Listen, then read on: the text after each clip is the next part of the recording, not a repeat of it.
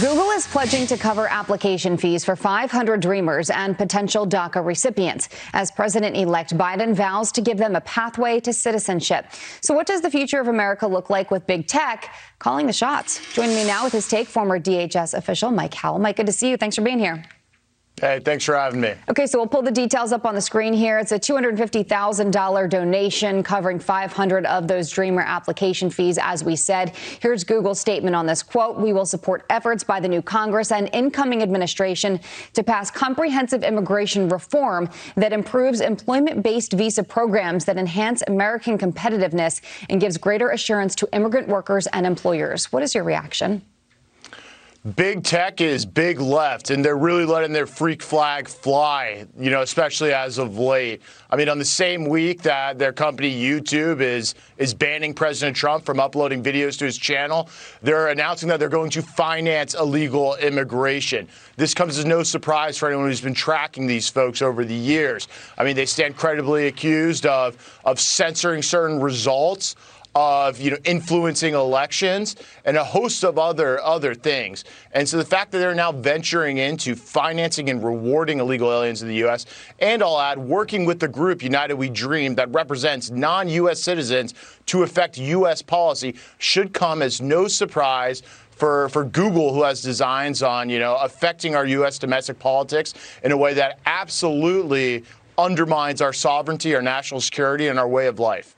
So I was reading a couple articles on this, and one of the top executives there, had a statement that kind of just got me thinking, and I wanted to get your reaction to this. And he was talking about the fact that we're in the middle of this global pandemic that has led to economic hardships, especially for the many immigrants playing essential roles on the front lines. He goes on to say there's concern that many Dreamers cannot afford to pay the application fee.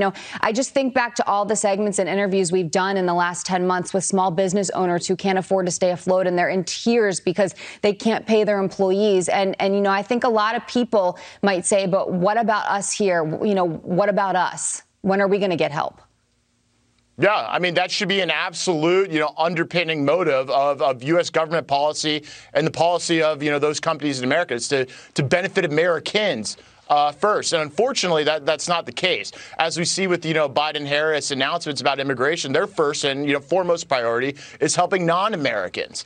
And so to me, I think it'd be more appropriate if Google was spending this money going towards, maybe the families of people who have been slain by illegal aliens or any of the areas that have been ravaged by the drugs that the cartels push in. There are a lot of costs of illegal immigration that are borne by us in this country. And I think their priorities are absolutely misplaced and completely telegraph where their true allegiance is. Well, let's talk about another migrant caravan heading to the border. Joe Biden's plan will give green cards to immigrants with temporary protected status. Let's take a listen to what Kamala Harris had to say on this Tuesday. We have an immigration bill that we are going to be proposing as our first order of business. We are going to expand protections for Dreamers and DACA recipients, allowing people who have temporary protected status automatically get green cards. What do you think about this? There's no other way to describe this proposal other than the most radical immigration proposal in United States history. I struggle to even find an international or historical comparison to what they're proposing.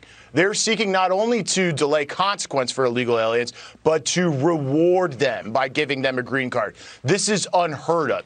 It'll fundamentally change the way immigration works in this country. It'll fundamentally alter the sovereignty of this country, and they'll do it at a time where the borders will be wide open. And one thing that we know is that when we reward illegal immigration, more come.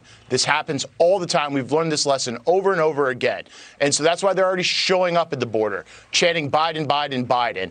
I think we can expect a massive surge once all these goodies start getting handed out, because everyone's going to want to get in and get them fast.